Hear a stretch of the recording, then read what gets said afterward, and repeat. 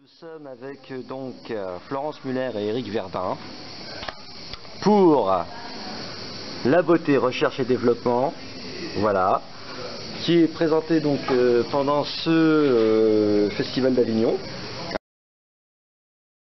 Sur le titre. Sur le titre. La beauté, recherche et développement. Qu'est-ce que ça veut dire exactement? C'est une jolie question, bravo.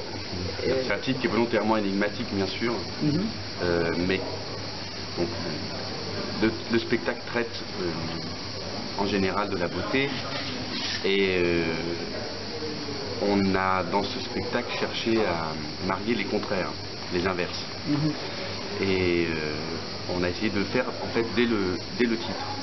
Donc on a mis côte à côte d'une part la beauté, qui est un mot très vaste, très évocateur, très subjectif, et d'un autre côté, recherche et développement qui généralement ça va derrière le titre d'une entreprise. La technique, l'industrie. Donc c'est technologique. Et puis, donc les deux mariés ensemble nous semblaient énigmatiques, intéressants, et en même temps recherche et développement, c'est aussi le travail qu'on a mené. On a mené un travail de recherche et de développement sur ce que c'était que la beauté, ce que ça pouvait être que la beauté aujourd'hui, de nos jours. Oui, il y a quelque chose qui peut tourner ou confiner à l'obscénité. La beauté aujourd'hui, on peut se dire que ça n'a pas tellement d'importance, ou bien on peut se dire que c'est tellement confus, ça arrive en dernier lieu par rapport à d'autres choses, qu'il fallait qu'elle soit confrontée à quelque chose d'étonnant. Dans le titre, il fallait qu'il y ait ça aussi. De quelle beauté parle-t-on? Et justement, à la base de ce projet, votre motivation, vous parlez justement d'un travail de recherche et développement sur la beauté. Donc c'était votre motivation à la base, d'essayer de creuser cette question, qu'est-ce que c'est que la beauté aujourd'hui? Alors, je dis la vérité? Non, inventer quelque chose d'édulcoré pour les spectateurs qui sont très sensibles. Et puis si on est des artistes, on est obligé de dire la vérité. Ah bon, d'accord. On est les seuls. Bon, en tout cas, sachez en tout cas que vous êtes responsable de vos propos et que en tout cas dans la tête du spectateur ne pourra pas être attaqué en diffamation ou quoi que ce soit par rapport à ce que vous direz. Restez en tout cas dans le sujet, s'il vous plaît. Alors la vérité... La vérité, c'est que on m'a dit, en tant qu'actrice, que je faisais mon âge et que ça aurait été bien de ne plus faire mon âge. Et du coup, il fallait avoir recours à certaines techniques chirurgicales. Et je pensais que de parler comme ça à quelqu'un de nos jours sans être passible de prison, c'était pas bien. Et qu'il fallait que je règle mes comptes. Et qu'on règle cette histoire-là par un droit de réponse qui passait par l'écriture d'une pièce. D'accord. Et du coup, c'était quoi la beauté? Qu'est-ce que c'était aujourd'hui une belle vie? Pourquoi est-ce qu'il y a des gens qui sont beaux? Qu'est-ce que ça raconte? C'est quoi une belle parole? De qui dit-on il est beau, elle est belle? Et en fonction de quoi? Donc ça, c'est les personnes. De quel paysage dit-on c'est beau? Quel geste, dit-on, il est beau, et en fonction de quoi? Ça nous a interrogés en fait. On dit facilement, oh là là, qu'est-ce qu'elle est belle, waouh, ça c'est vraiment très très beau, mais en fait derrière, c'est pas très clair ce qu'il y a derrière. Alors du coup, on s'est mis à enquêter là-dessus. Là par exemple, on passe un beau moment. Et merci. De quoi c'est fait? De professionnalisme peut-être, des gens, la ponctualité aussi, le journalisme, beaucoup de choses en tout cas. Parce que je suis arrivé en retard.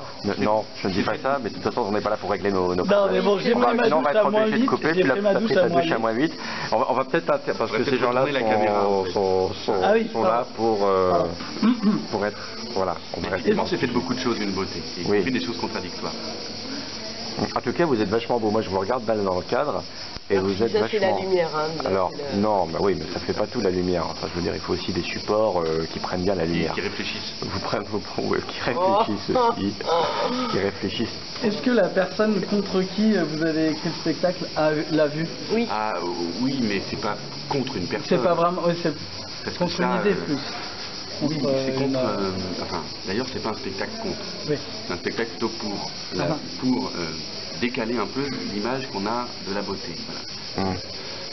C'est-à-dire que plutôt que de condamner une société qui dit, bah voilà, il faut absolument, on n'a pas le droit de mourir, il faut arrêter de vieillir, ça sert à rien, c'est idiot, pourquoi vieillir, franchement? Autant rester jeune toute sa vie, autant rester comme ça toute sa vie, même dans la tombe. Plutôt que de critiquer ça, on a essayé de faire aussi en positif, c'est-à-dire qu'est-ce qui est bon, montrer aussi la beauté.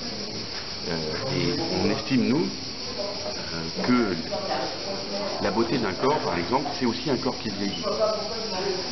C'est-à-dire un corps qui raconte une vie, on estime que c'est beau, avec les joies, les échecs, les coups dans la figure, les chutes, les cicatrices.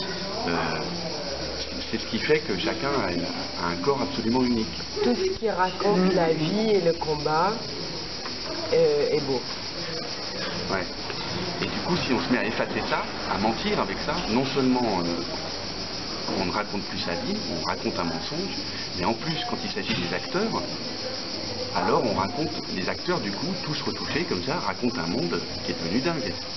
Un monde où tout le monde se ressemble, un monde où la vie n'a plus aucun sens avec la réalité, il nous semble.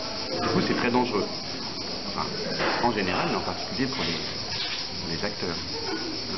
À part ça, moi je crois des monstres dans la rue. On est une société qui engendre des monstres, vraiment, des gens qui ont tellement été retouchés qu'ils sont méconnaissables. Mais pire que ça s'affiche sur le visage la peur de la mort. Et donc on va sur un ailleurs qui est, on n'est pas plus jeune, on n'est pas plus beau, on est autre. Cette mutation-là, moi, elle me fait très peur parce que je ne comprends pas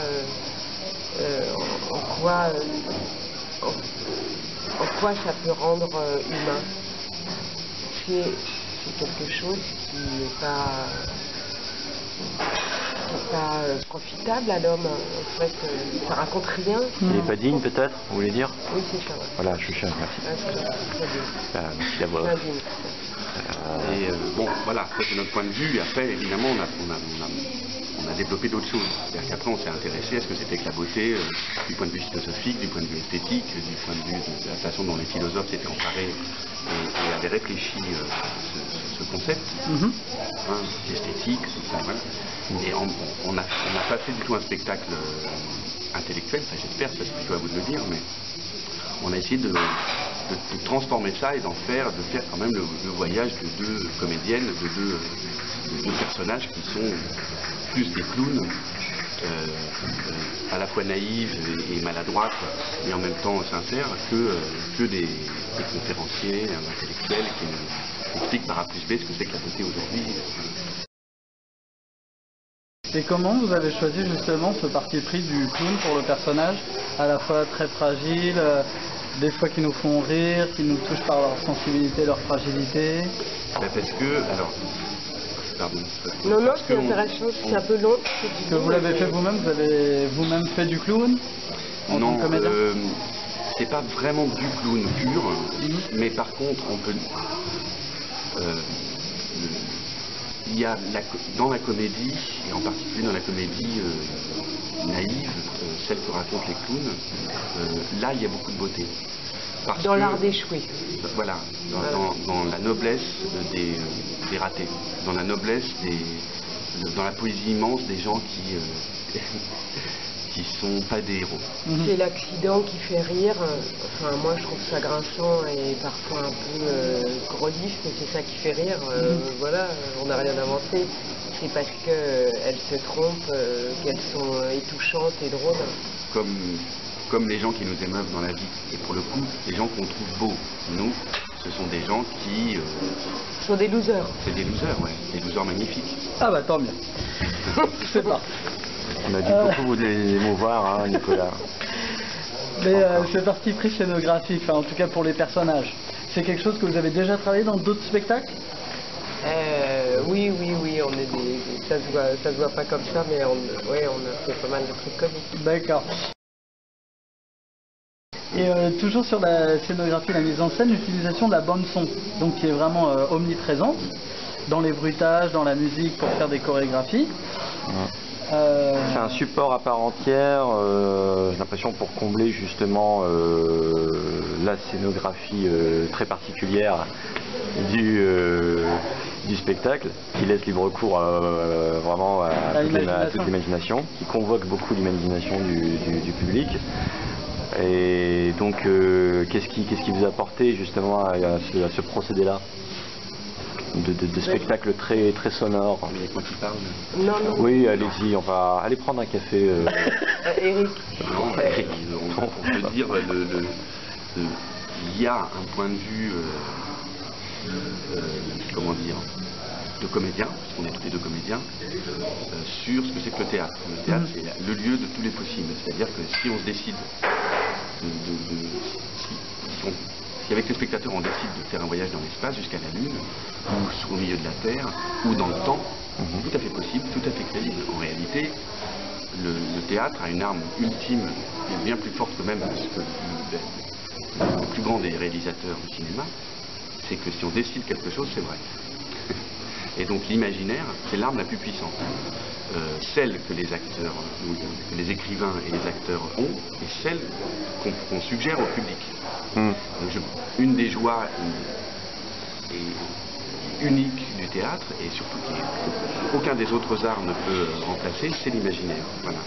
On peut décider tout ce qu'on veut. Alors du coup, le plateau, il est vide. Il est vide, et tous les décors sont suggérés par le corps et par la voix des actrices.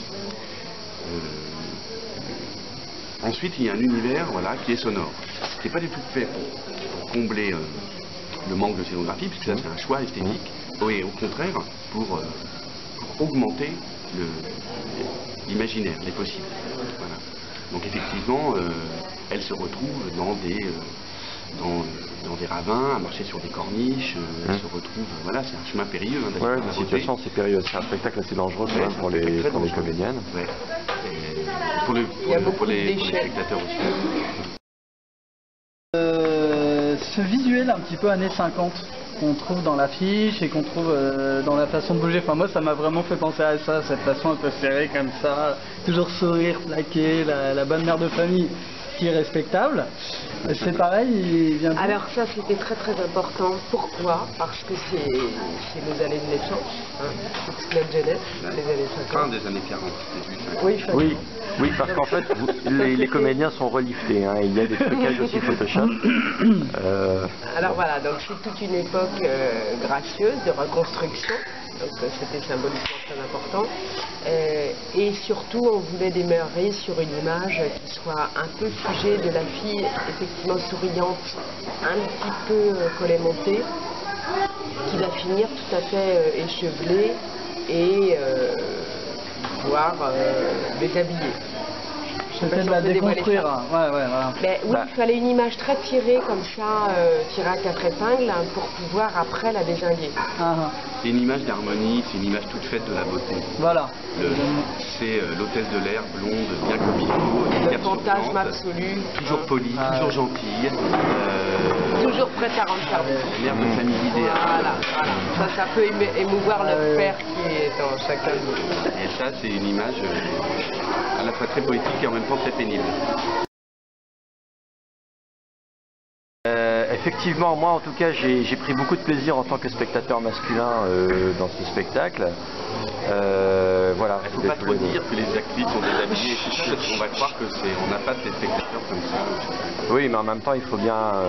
voilà, il faut bien décrire que les actrices sont déshabillées mais un peu abîmées aussi. Abîmées, mais elles sont déshabillées non pas pour appâter le spectateur, mais parce que pour les besoins du spectacle. Voilà, il y a une vraie bonne raison. Ah ben oui, c'est pas... Non, mais véritablement. Voilà. Est-ce qu'on a des questions intéressantes à poser encore Oui, alors une question hyper importante, est-ce que vous préférez le thé ou le café? Non, j'avais dit des questions intéressantes. Le thé, parce que c'est important le beau thé. Bravo. Voilà. Donc, et sinon, huile de palme ou Nutella? C'est la même chose, non? Ah voilà, ils sont pas tombés dans la question piège. D'accord. Mais il n'est pas impossible que vous n'ayez pas à l'abri du succès. Oui, je pense. C'est bien de finir sur une touche modeste, je trouve. C'est important. Ouais. Voilà, On verra bien, on verra bien. Mais en tout cas, c'est important de tomber sur des gens curieux comme vous. Merci, on va finir là-dessus, Merci à vous. sur ce compliment-là. Merci à vous. Merci Florence Muller et Eric Verdun. Avec Merci à plaisir. vous, à bientôt. Au revoir. Au revoir. Donc on fait remplir dans le spectacle des petits papiers aux gens qui sont lus à la fin du spectacle. Et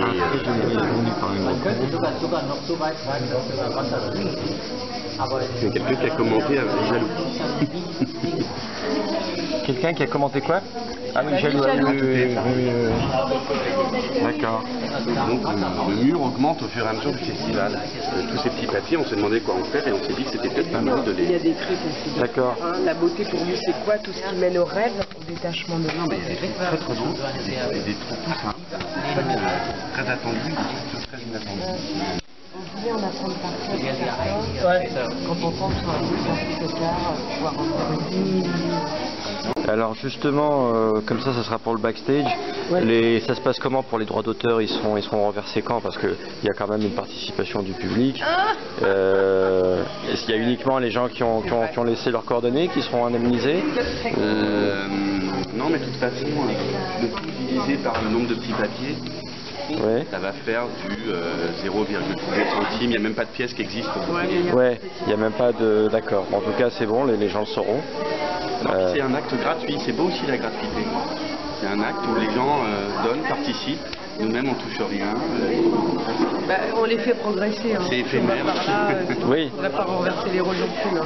D'accord. Une fois qu'ils posent des questions, les gens. D'accord, oui. Ah bah, très bien. Donc vous d'accord, bah, c'est très beau en Alors tout cas il faut comme idée. aussi que vous posiez la question aux gens. C'est quoi la beauté pour vous? Quel est le plus beau geste que vous ayez vu? D'accord. Bon bah Nicolas, on va aller faire un micro-trottoir donc Quelle est la maintenant. plus belle parole qu'on vous ait dite? D'accord, ok, c'est bien.